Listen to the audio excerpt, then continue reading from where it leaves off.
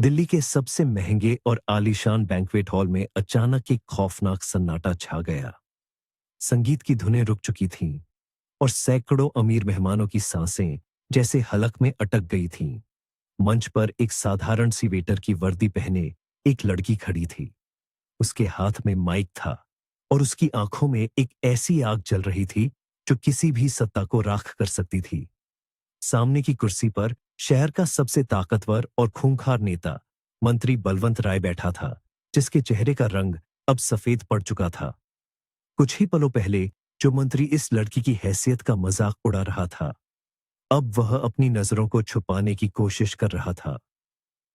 ये कहानी सिर्फ एक लड़की के साहस की नहीं है, बल्कि उस रात की है जिसने एक दबे हुए राज को पूरी दुनिया के सामने ला दिया। एक ऐसा राज जिसे सुनकर आप भी हैरान रह जाएंगे। वो कमला के इर्द गिर्द घूमती थी, जो एक सरकारी अस्पताल में दाई का काम करती थी। कमला ने कभी अनन्या को उसके पिता के बारे में कुछ नहीं बताया था। बस इतना कहती थी कि वह उन्हें बहुत पहले छोड़ गए थे। करीबी ने अनन्या को समय से पहले बड़ा कर दिया था।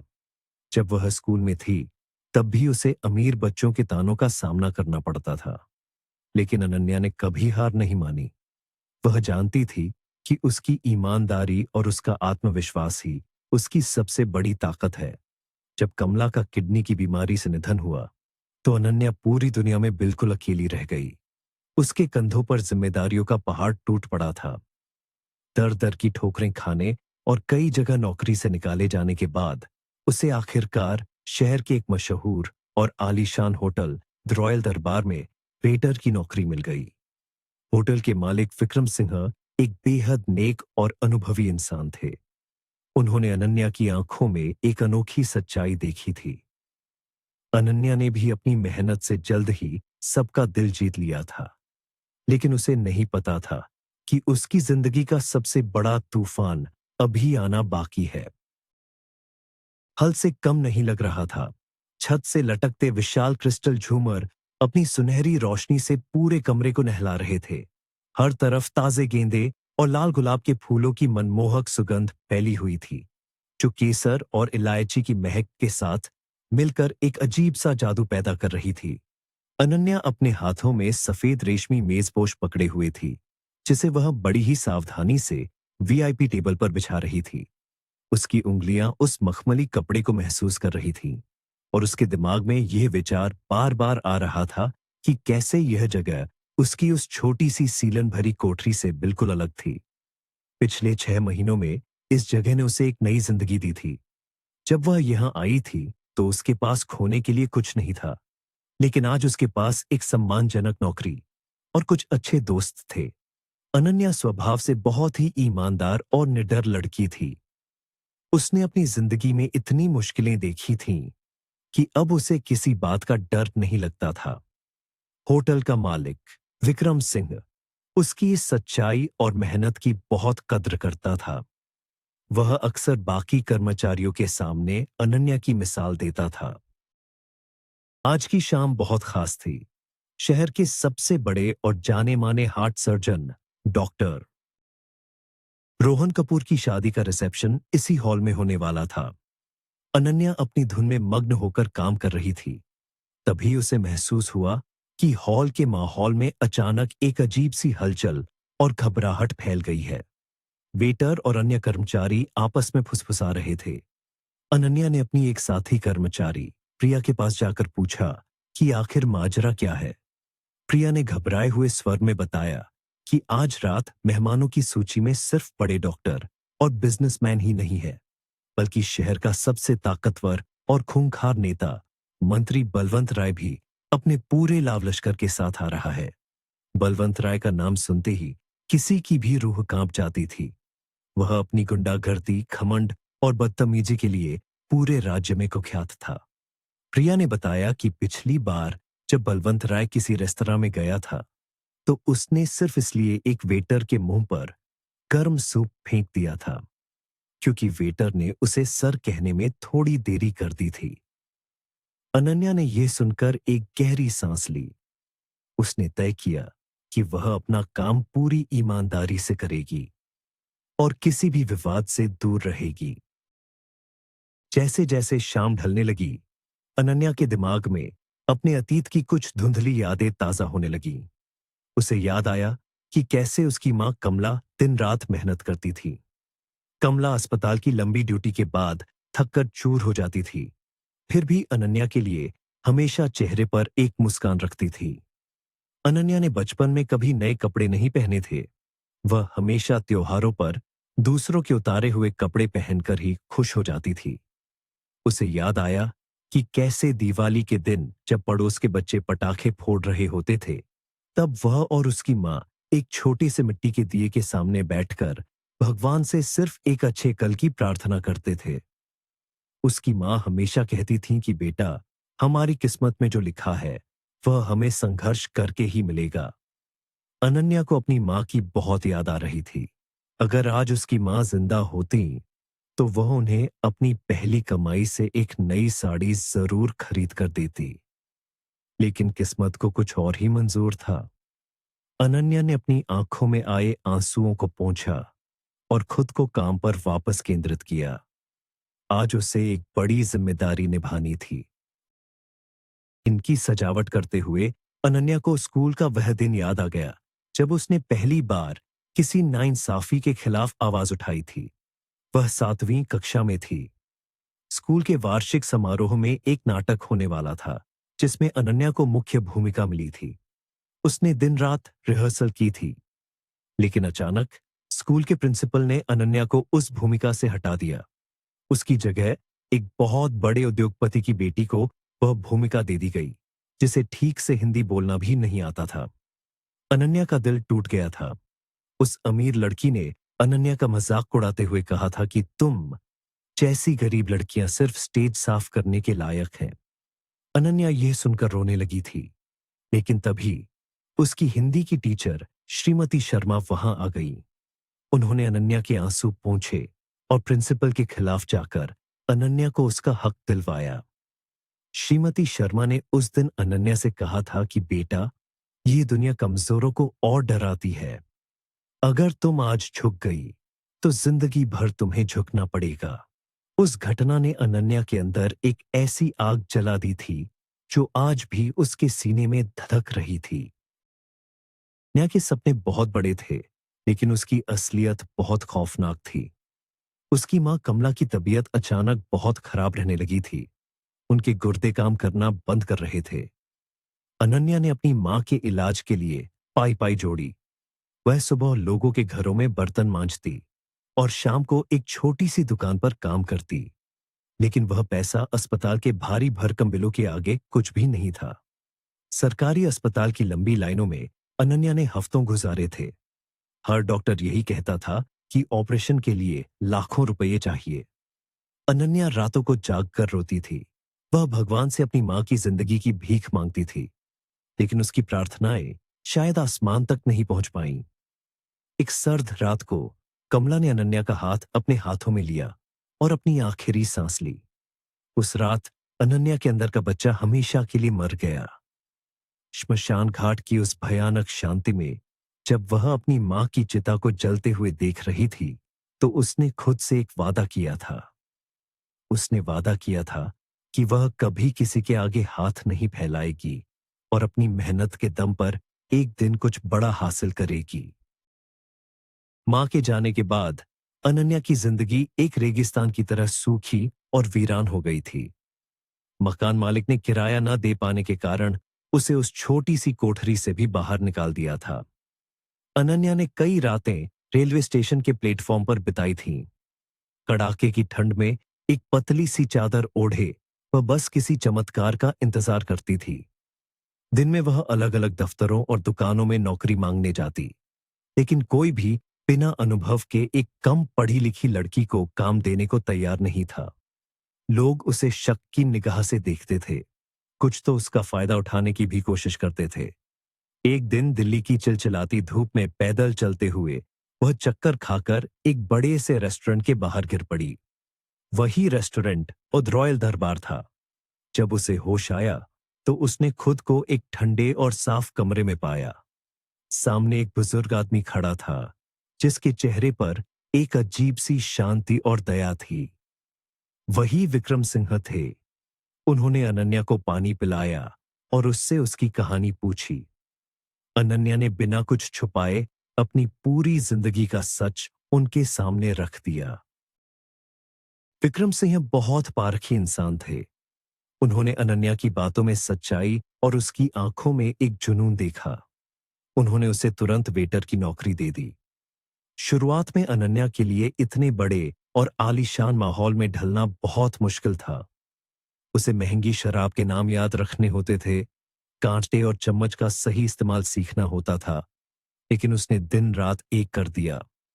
वह सबसे पहले काम पर आती और सबसे आखिर में घर जाती। उसकी इसी लगन ने उसे विक्रम सिंह का चहेता बना दिया था। अनन्या के व्यवहार में एक ऐसी मिठास थी कि जो भी ग्राहक उससे एक बार बात कर लेता, वह बार बार उसी की टेबल पर आना पसंद करता था। उसे टिप में काफी अच्छे पैसे मिलने लगे थे। अब उसने एक छोटा सा लेकिन साफ सुथरा कमरा किराए पर ले लिया था। उसकी जिंदगी धीरे धीरे पटरी पर आ रही थी। होटल का बाकी स्टाफ भी अनन्या की इज्जत करता था, क्योंकि वह हमेशा सबकी मदद के लिए तैयार रहती थी।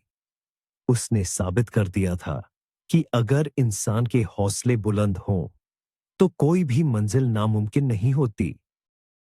अनन्या की जिंदगी में प्यार की कोई खास जगह नहीं थी, लेकिन एक दिन कुछ ऐसा हुआ जिसने उसके दिल के एक छोटे से कोने को भर दिया।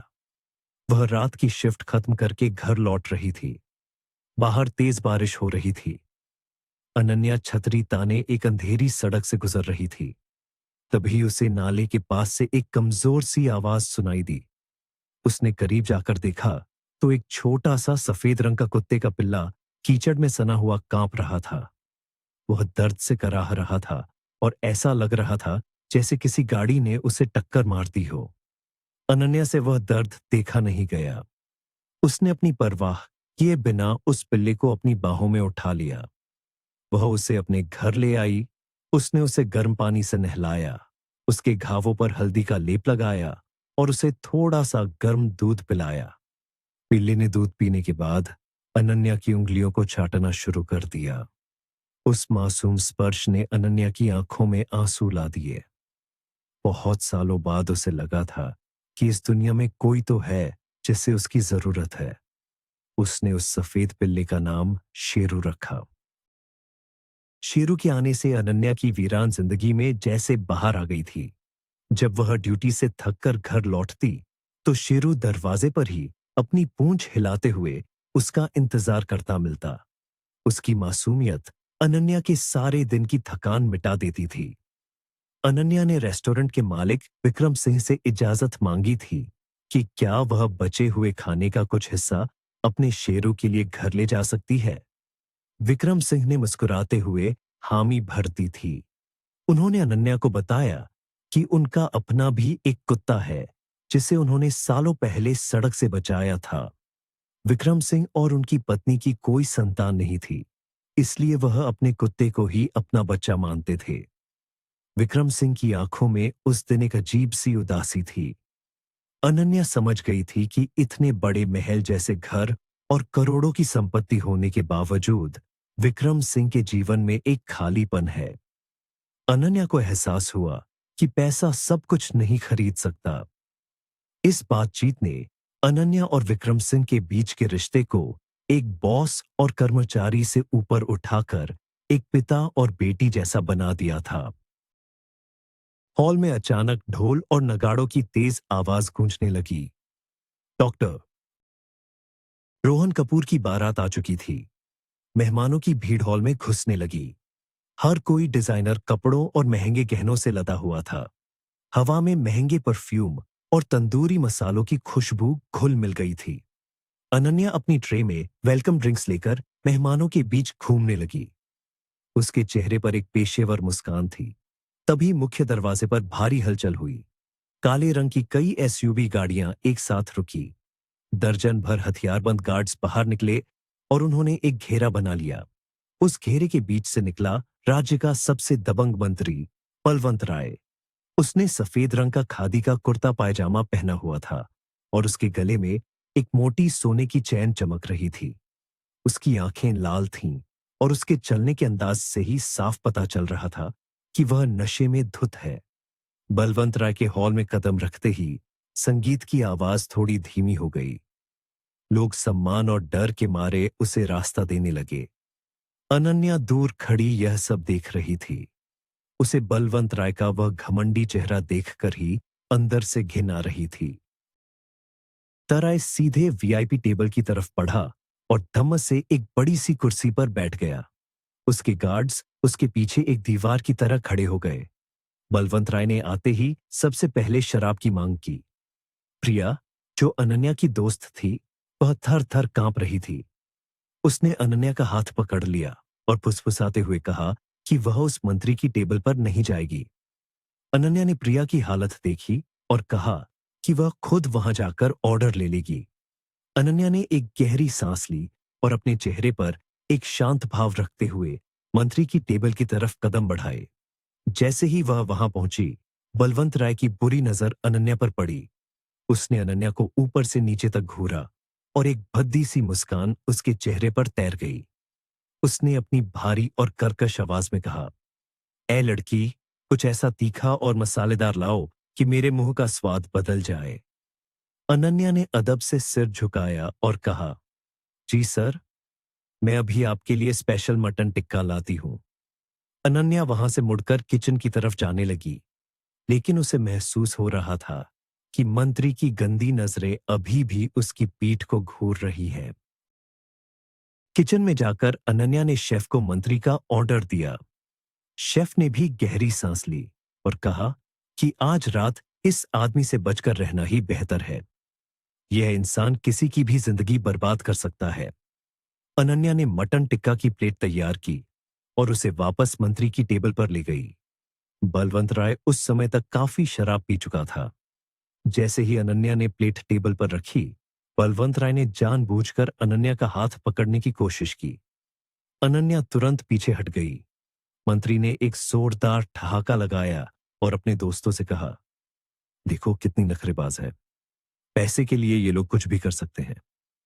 अनन्या का खून खौल उठा, लेकिन उसने अपनी भावनाओं को काबू में रखा। वह जानती थी कि यह जगह और समय किसी भी तरह के विवाद के लिए सही नहीं है। उसने चुपचाप वहां से चले जाने में ही अपनी भलाई समझी। लेकिन बलवंत राय इतनी आसानी से मानने वाला नहीं था। उसे इस गरीब लड़की का यह आत्मसम्मान अपनी तौहीन लग रहा था। वह अपनी कुर्सी से थोड़ा आगे झुका और उसने अनन्या को वापस आवाज दी, सुनो लड़की।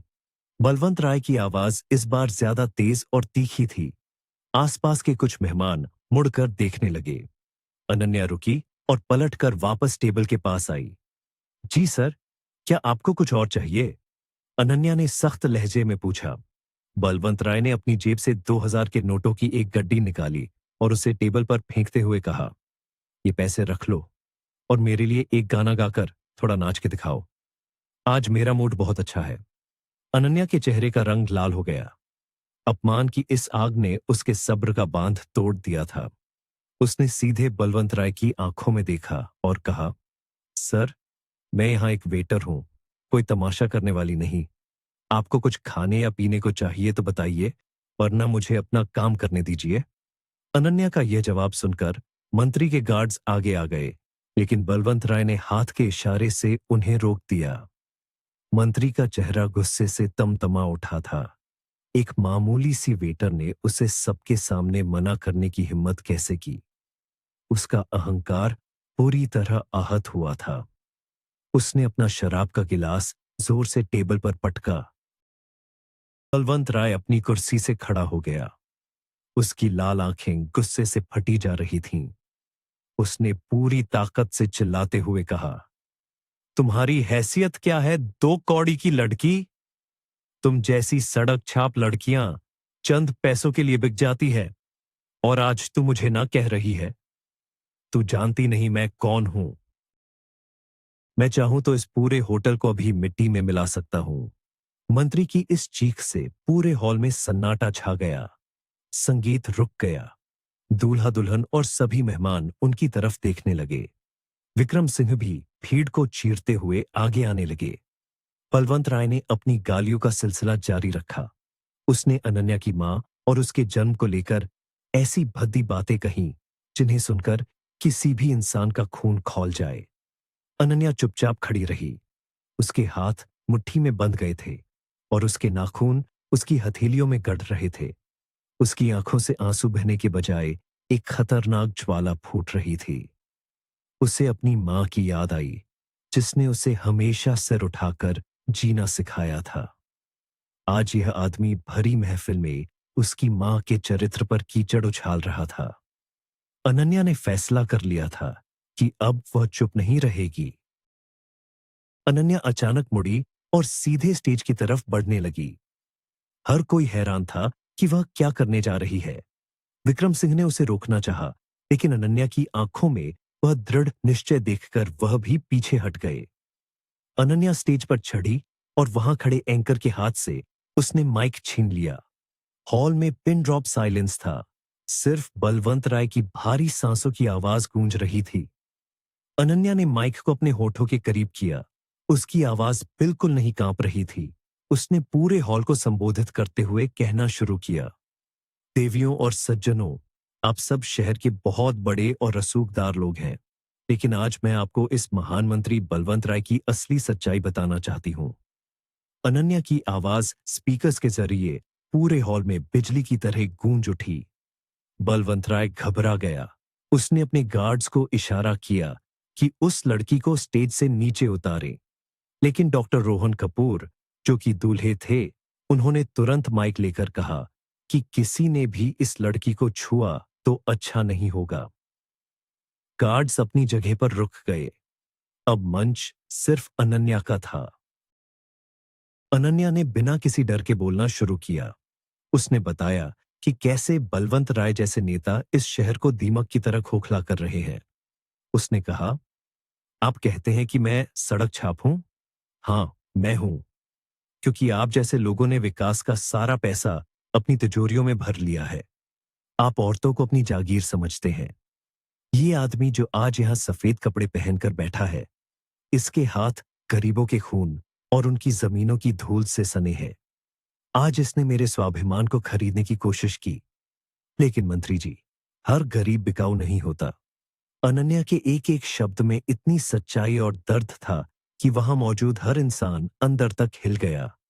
कई लोगों ने अपने मोबाइल फोन निकाल लिए थे और इस पूरी घटना का वीडियो बनाने लगे थे। सोशल मीडिया के इस दौर में यह वीडियो आग की तरह फैलने वाला था। बलवंत राय पसीने से तरबतर हो गया। वह समझ नहीं पा रहा था कि स्थिति को कैसे संभाले। उसका सारा घमंड, सारी सत्ता एक पल में मिट्टी में मिल गई थी। विक्रम सिंह दूर खड़े यह सब देख रहे थे और उनके चेहरे पर एक गर्व की मुस्कान थी। या और माइक को जोर से स्टेज पर रख दिया। वह भारी कदमों से स्टेज से नीचे उतरी और बिना किसी की तरफ देखे सीधा मुख्य दरवाजे से बाहर निकल गई।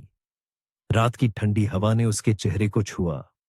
उसका दिल जोर से धड़क रहा था, लेकिन उसके मन में एक अजीब सी शांति थी। आज उसने अपने और अपनी मां के सम्मान की रक्षा की थी। अंदर हॉल में जैसे एक भूचाल आ गया था। मंत्री बलवंत राय को समझ आ गया था कि अब उसका यहां रुकना ठीक नहीं है। वह मुंह छुपाते हुए अपने गार्ड्स के साथ वहां से भाग खड़ा हुआ, लेकिन तीर कमान से निकल चुका था। मेहमानों द्वारा बनाए गए वीडियो कुछ ही मिनटों में इंटरनेट पर वायरल होने लगे थे। रातों रात अनन्या शहर की एक नई हीरो बन गई थी। हर न्यूज चैनल और सोशल मीडिया प्लेटफॉर्म पर सिर्फ उसी का वीडियो चल रहा था। लोगों का गुस्सा मंत्री के खिलाफ फूट पड़ा था। पुलिस और प्रशासन पर दबाव बढ़ने लगा था। अनन्या की हिम्मत ने एक ऐसी क्रांति को जन्म दे दिया था जिसकी उम्मीद किसी ने नहीं की थी। लेकिन अनन्या इन सब से बेखबर अपने छोटे से कमरे में शेरों को गले लगाए शांति से सो रही थी। ली पर पड़ी तो शहर का राजनीतिक माहौल पूरी तरह बदल चुका था। बलवंत राय के घर के बाहर मीडिया और आम लोगों की भारी भीड़ जमा थी। पार्टी आला कमान ने तुरंत प्रभाव से उसे मंत्री पद से हटा दिया था। अनन्या का वीडियो देश के कोने कोने तक पहुंच चुका था। इसी दौरान मुंबई के मालाबार हिल इलाके में स्थित एक शानदार हवेली में देश के सबसे बड़े उद्योगपतियों में से एक राजेश सिंघानिया अपने डाइनिंग टेबल पर बैठे नाश्ता कर रहे थे। उन्होंने अपनी सुबह की आदत के अनुसार अपना टैबलेट खोला और न्यूज चेक करने लगे। अचानक उनकी नजर उसी वायरल वीडियो पर पड़ी। जैसे ही राजेश ने उस वीडियो को प्ले किया और अनन्या का चेहरा स्क्रीन पर देखा, उनके हाथ से कॉफी का कप छूटकर जमीन पर गिर गया। उनके दिल की धड़कन रुक सी गई। वह अपनी आंखों पर विश्वास नहीं कर पा रहे थे। स्क्रीन पर दिख रही लड़की हूबहू उनकी बेटी कियारा जैसी दिख रही थी। कियारा, जिसकी कुछ साल पहले एक सड़क दुर्घटना में मौत हो चुकी थी। राजेश का पूरा शरीर कांपने लगा। उन्होंने वीडियो को पॉज किया और उस चेहरे को करीब से देखने लगे। राजेश सिंघानिया की आंखों से आंसू बहने लगे। यह कोई हमशक्ल नहीं हो सकती थी। कियारा की आंखें, उसके बोलने का अंदाज, उसके चेहरे का हर एक भाव इस लड़की से मिलता था। राजेश के दिमाग में 20 साल पुरानी एक भयानक याद ताजा हो गई। जब वह अपनी जवानी के दिनों में व्यापार शुरू ही कर रहे थे, तब उन्हें एक झूठे घोटाले में फंसाकर जेल भेज दिया गया था। उनकी पत्नी मीरा उस समय गर्भवती थी और जुड़वा बच्चों को जन्म देने वाली थी। राजेश को जेल में खबर मिली थी कि डिलीवरी के दौरान उनकी एक बेटी की मौत हो गई और सिर्फ कियारा ही बच पाई। राजेश ने कभी इस बात पर शक नहीं किया था, लेकिन आज इस वीडियो ने उनके मन में संदेह के बीज बो दिए थे। उन्होंने तुरंत अपने सबसे भरोसेमंद प्राइवेट डिटेक्टिव को फोन किया और उसे आदेश दिया कि उसे 24 घंटे के अंदर दिल्ली की इस वेटर लड़की के बारे में पूरी जानकारी चाहिए। राजेश का मन बेचैन था। वह जानना चाहते थे कि आखिर यह लड़की कौन है और इसका कियारा से क्या संबंध है। क्या यह संभव था कि 20 साल पहले उनसे कोई बहुत बड़ा सच छुपाया गया था? डिटेक्टिव ने अपना काम बहुत तेजी से किया। शाम तक राजेश सिंघानिया के टेबल पर अनन्या की पूरी फाइल मौजूद थी। फाइल में अनन्या की बचपन की तस्वीरें, उसकी मां कमला का मृत्यु प्रमाण पत्र और उसके संघर्ष की पूरी कहानी थी। जब राजेश ने कमला की तस्वीर देखी, तो उनके दिमाग में एक तेज झटके जैसा महसूस हुआ। उन्हें याद आया कि कमला वही दाई थी जो 20 साल पहले उस सरकारी अस्पताल में काम करती थी, जहां उनकी पत्नी मीरा की डिलीवरी हुई थी। राजेश को अब पूरी कहानी समझ में आने लगी थी। उनका खून खौल उठा। उन्होंने तुरंत अपनी पत्नी मीरा को आवाज दी। मीरा, जो अपने कमरे में कुछ पढ़ रही थी, राजेश की भयानक आवाज सुनकर दौड़ती हुई बाहर आई। राजेश ने वह फाइल और टेबलेट मीरा के चेहरे के सामने फेंक दिया। उन्होंने चीखते हुए पूछा, मीरा, मुझे सच बताओ, 20 साल पहले उस अस्पताल के बंद कमरे में क्या हुआ था? क्या मेरी दूसरी बेटी जिंदा थी? मीरा ने जैसे ही टेबलेट पर अनन्या का वीडियो देखा, उसके पैरों तले जमीन खिसक गई। उसका चेहरा सफेद पड़ गया और वह घुटनों के बल जमीन पर गिर पड़ी। सच्चाई से अब भागना नामुमकिन था। मीरा जमीन पर बैठकर फूट फूट कर रोने लगी। उसने राजेश के पैर पकड़ लिए और कांपती हुई आवाज में सच उगलना शुरू किया। उसने बताया कि जब राजेश जेल में थे, तब उनके परिवार पर बहुत बड़ा आर्थिक संकट आ गया था। पुलिस और गुंडे हर रोज उन्हें परेशान करते थे। मीरा को लगा था कि उनका सारा बिजनेस खत्म हो जाएगा और वे सड़क पर आ जाएंगे। जब मीरा ने जुड़वा बच्चियों को जन्म दिया, तो उसे डर था कि वह अकेले 2 बेटियों की परवरिश और उनकी सुरक्षा कैसे करेगी। उस समय दाई कमला, जिसकी खुद की कोई संतान नहीं थी, उसने मीरा की बहुत मदद की थी। मीरा ने अपने स्वार्थ और डर के कारण एक भयानक फैसला लिया। उसने अपनी एक बेटी को कमला को सौंप दिया और राजेश को यह झूठी कहानी सुना दी कि एक बच्ची पैदा होते ही मर गई। मीरा को लगा था कि गरीब कमला की बेटी बनकर वह बच्ची गुंडों और पुलिस की नजरों से बच जाएगी। राजेश ये सुनकर सन्न रह गए। उन्हें अपनी ही पत्नी से घिन आने लगी। जिस औरत ने अपनी ही बच्ची को एक अनाथ की तरह जीने के लिए छोड़ दिया, उसके साथ वह एक छत के नीचे कैसे रह सकते थे? राजेश सिंघानिया ने उसी रात दिल्ली की फ्लाइट ली। उनका दिल अपनी खोई हुई बेटी से मिलने के लिए तड़प रहा था। जब से कियारा की मौत हुई थी, राजेश अंदर से टूट चुके थे।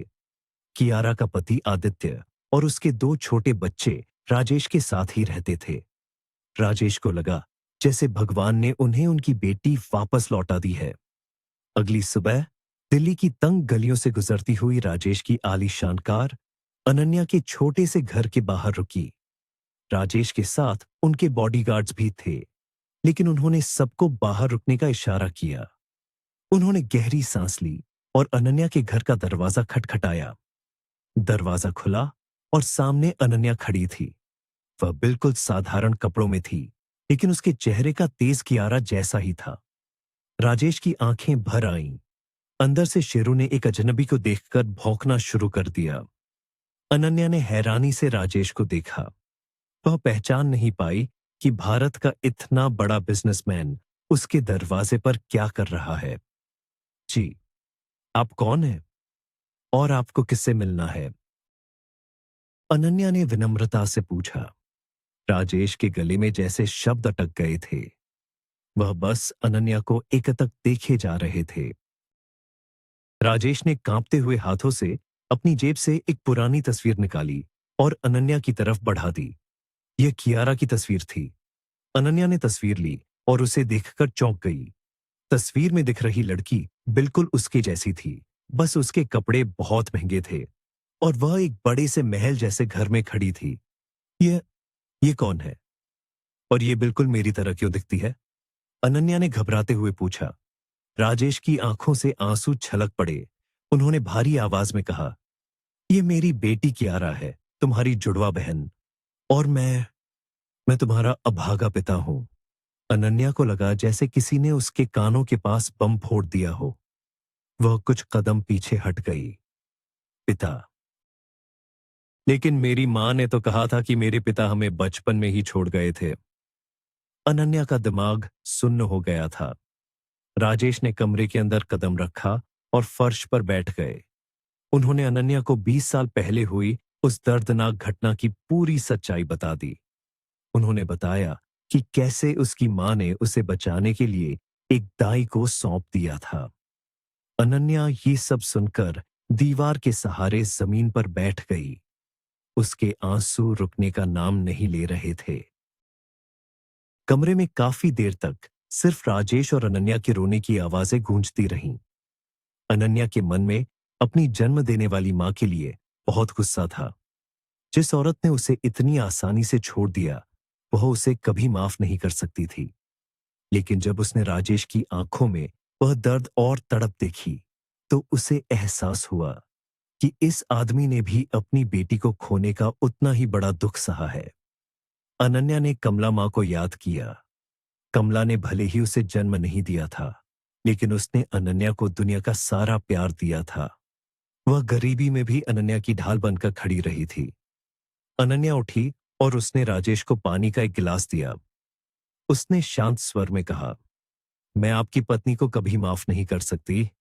मेरी मां सिर्फ कमला थीं, जिन्होंने मेरे लिए अपनी जान दे दी। लेकिन मैं आपको समझ सकती हूं। आपने भी बहुत कुछ खोया है। राजेश ने अनन्या का हाथ अपने हाथों में ले लिया। उन्होंने वादा किया कि वह अनन्या को वह सब कुछ देंगे जिसकी वह हकदार है। वह उसे अपने साथ मुंबई ले जाना चाहते थे, ताकि वह अपने असली परिवार के साथ रह सके। कुछ दिनों बाद अनन्या मुंबई के उस आलीशान सिंघानिया मैंशन में खड़ी थी। यह घर किसी महल से कम नहीं था।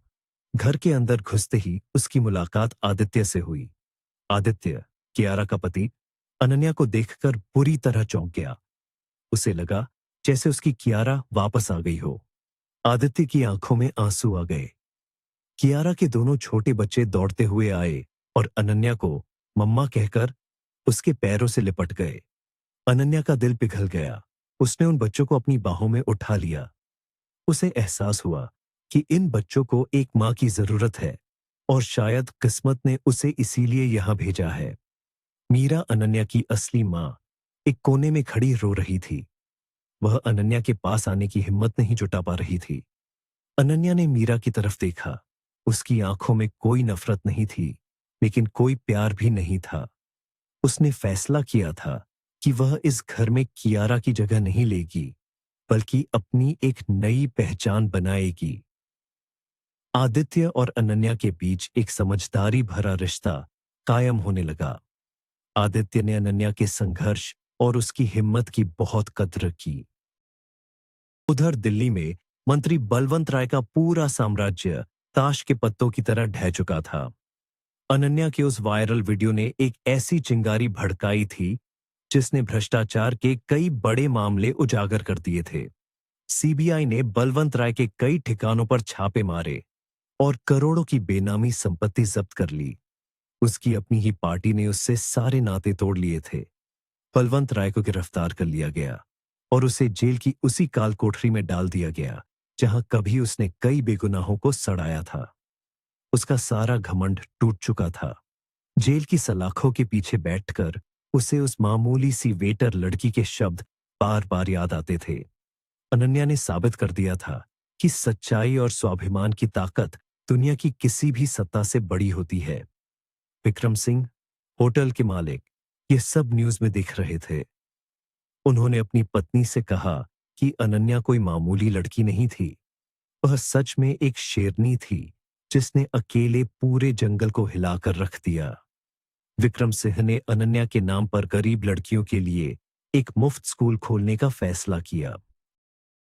समय बीतता गया और अनन्या धीरे धीरे सिंघानिया परिवार का अटूट हिस्सा बन गई।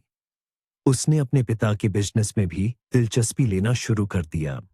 बचपन से ही उसने संघर्ष और मैनेजमेंट सीखा था, जो अब बहुत बड़े स्तर पर उसके काम आ रहा था। आदित्य के साथ उसका रिश्ता एक गहरी दोस्ती में बदल गया था।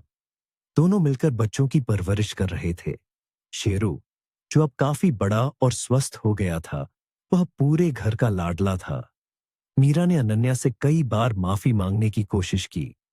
अनन्या ने उसे माफ तो कर दिया था, लेकिन वह कभी मीरा को मां नहीं कह पाई। उसके लिए यह शब्द हमेशा कमला के लिए ही सुरक्षित था। अनन्या अक्सर अपनी पुरानी कोठरी और विक्रम सिंह के रेस्टोरेंट में जाती थी। उसने अपनी जमीन को कभी नहीं छोड़ा। उसने अपनी दौलत का एक बड़ा हिस्सा गरीब बच्चों की शिक्षा और अनाथालयों के लिए दान कर दिया। शहर के लोग अब उसे एक वेटर के रूप में नहीं, बल्कि एक प्रेरणादायक युवा उद्यमी के रूप में जानते थे। उसकी कहानी हर उस लड़की के लिए एक मिसाल बन गई थी जो मुश्किल हालातों से लड़ रही थी। एक दिन अनन्या और आदित्य बच्चों को लेकर मरीन ड्राइव पर टहल रहे थे। समंदर की लहरें किनारों से टकरा रही थीं और ढलते सूरज की लालिमा पूरे आसमान में फैली हुई थी। आदित्य ने अनन्या का हाथ पकड़ लिया और एक गहरी मुस्कान के साथ कहा, तुमने इस परिवार को फिर से जिंदा कर दिया अनन्या। मैं नहीं जानता कि किस्मत हमें और कहां ले जाएगी, लेकिन मैं इतना जरूर जानता हूं कि मैं अपनी बाकी की जिंदगी तुम्हारे साथ बिताना चाहता हूं। अनन्या ने आदित्य की आंखों में देखा। वहां कोई भ्रम नहीं था। वह अनन्या में कियारा को नहीं खोज रहा था, बल्कि अनन्या को उसकी अपनी खूबियों के साथ स्वीकार कर रहा था। अनन्या ने भी मुस्कुराते हुए आदित्य के हाथ को कसकर पकड़ लिया। बच्चों की हंसी की आवाज समंदर के शोर में घुल गई थी। अनन्या ने आसमान की तरफ देखा। उसे लगा जैसे बादलों के बीच से कमला माँ उसे देखकर मुस्कुरा रही है। उसने अपनी जिंदगी में सब कुछ खोकर भी बहुत कुछ पा लिया था। सच्चाई की जीत हुई थी और एक अनाथ लड़की अब पूरे शहर की रानी बन चुकी थी। नन्या की जिंदगी एक खूबसूरत मुकाम पर पहुंच चुकी थी। कुछ महीनों बाद सिंघानिया मेंशन में फिर से शहनाइयां गूंजने लगीं। अनन्या और आदित्य की शादी की तैयारियां पूरे जोरों पर थीं। इस शादी में कोई घमंडी नेता या झूठा दिखावा नहीं था। मेहमानों की सूची में सिर्फ वो लोग थे जो दिल से इस परिवार से जुड़े थे। सबसे खास मेहमान विक्रम सिंह थे, जिन्होंने अनन्या को उस समय सहारा दिया था जब उसे सबसे ज्यादा जरूरत थी। उन्होंने अनन्या को अपनी बेटी मानकर उसका कन्यादान करने की इच्छा जताई, जिसे राजेश सिंघानिया ने खुशी खुशी स्वीकार कर लिया। शादी के मंडप में अनन्या लाल जोड़े में बहुत खूबसूरत लग रही थी।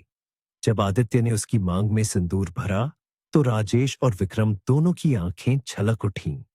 शेरू मंडप के पास ही बैठा अपनी पूंछ हिला रहा था। अनन्या ने एक वेटर से लेकर इस विशाल साम्राज्य की मालकिन बनने तक का जो सफर तय किया था वह किसी चमत्कार से कम नहीं था।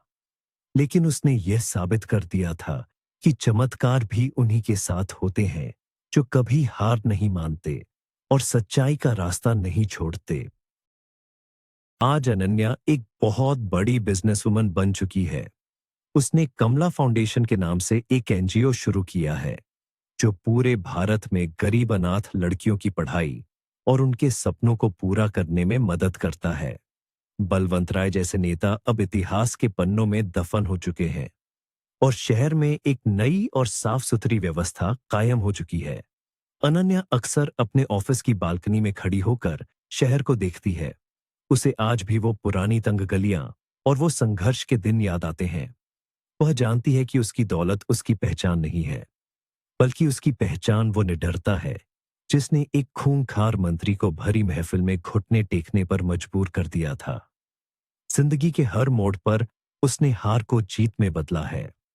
अनन्या की कहानी हमें यह सिखाती है कि चाहे हालात कितने भी खराब क्यों न हो, अगर आप में सच्चाई के लिए खड़े होने की हिम्मत है तो पूरी दुनिया को आपके सामने झुकना ही पड़ता है। एक मामूली सी वेटर ने पूरे शहर को यह बता दिया था कि स्वाभिमान की कीमत करोड़ों की दौलत से कहीं बढ़कर होती है। दोस्तों, अनन्या की इस प्रेरणादायक कहानी ने हमें सिखाया कि सच्चाई और साहस के सामने बड़े बड़े घमंडी भी घुटने टेक देते हैं। एक गरीब अनाथ लड़की ने न सिर्फ एक भ्रष्ट मंत्री का पर्दाफाश किया, बल्कि अपनी खोई हुई पहचान और परिवार को भी वापस पाया। किस्मत का पहिया जब घूमता है तो राजा को रंक और रंक को राजा बना देता है। अगर आपको अनन्या की यह निडर और भावुक कहानी पसंद आई हो तो इस वीडियो को तुरंत लाइक करें। अपने दोस्तों और परिवार के साथ इसे शेयर करना न भूलें ताकि यह संदेश हर घर तक पहुंचे। हमारे चैनल को सब्सक्राइब करें और बेल आइकन जरूर दबाएं ताकि ऐसी ही दिल छू लेने वाली कहानियां आप तक सबसे पहले पहुंचे। अब आप कमेंट करके हमें बताइए, अगर अनन्या की जगह आप होते और वह घमंडी मंत्री आपका अपमान कर रहा होता तो आपका क्या जवाब होता? आपके विचारों का हमें इंतजार रहेगा। धन्यवाद।